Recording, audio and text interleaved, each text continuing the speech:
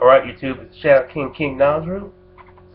And, good news. My room has been fixed up since, the people working on our house, finished up.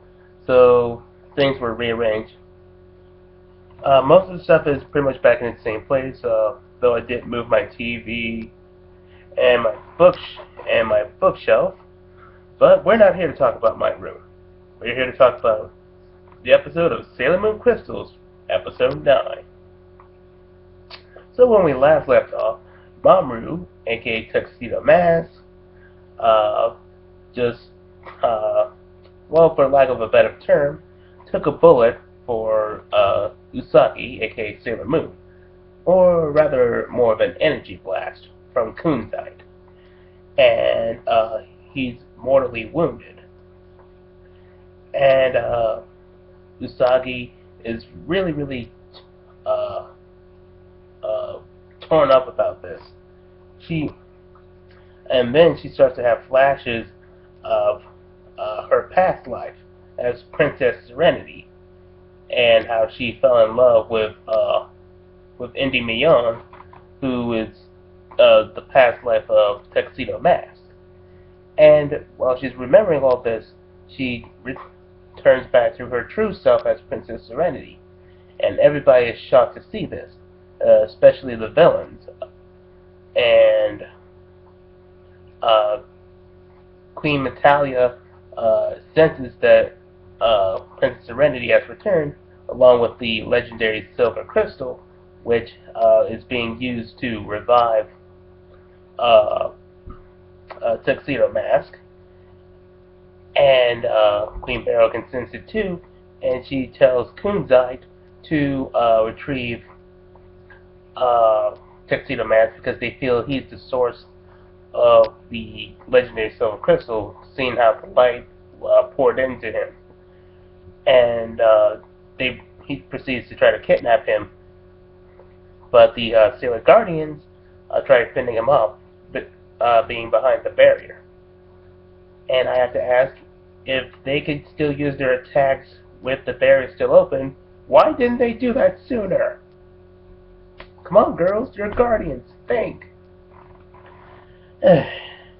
Anyway, the villains do eventually end up succeeding when Queen Beryl uses her powers to fend off the Sailor Guardians.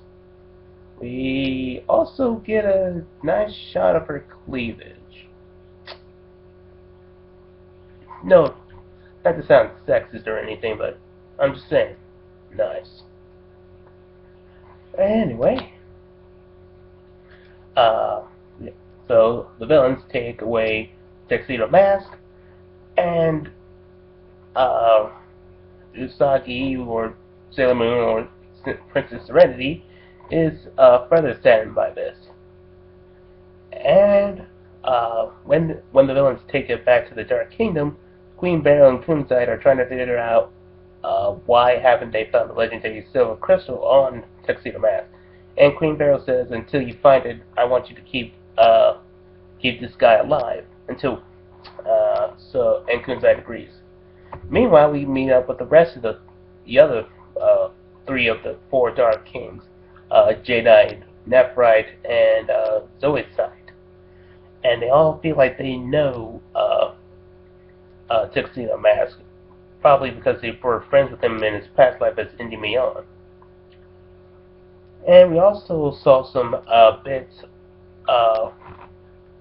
being explained by Sailor Venus and Artemis, to apologize for lying to the other Sailor Scouts about the identity of Princess Serenity. And they explained that back in the past, Serenity was in love with Indy Mion, but the soldiers of Earth rebelled against the Dark Kingdom and were planning to take the legendary Silver Crystal for themselves. Not entirely sure how they got to the moon, but I'm sure that'll probably be explained later. And turns out Indy Mion was the Prince of Earth. Okay. And let's see. And it was that great war that led to them be the way they are, uh, stuck on Earth without their memories of their past lives and all that. And the driving point behind all that was Queen Natalia, and it was in fact Queen Beryl who was the one that struck down Endymion. So this was all pretty interesting news, and uh, Princess Serenity um, wants to know how can we learn more about this, and she also wants to know what was my past life like, and I need answers. And we see that she's slowly transforming back into Princess Serenity, with her hair growing longer, it's brighter, it even looked like it was turning silver at a point.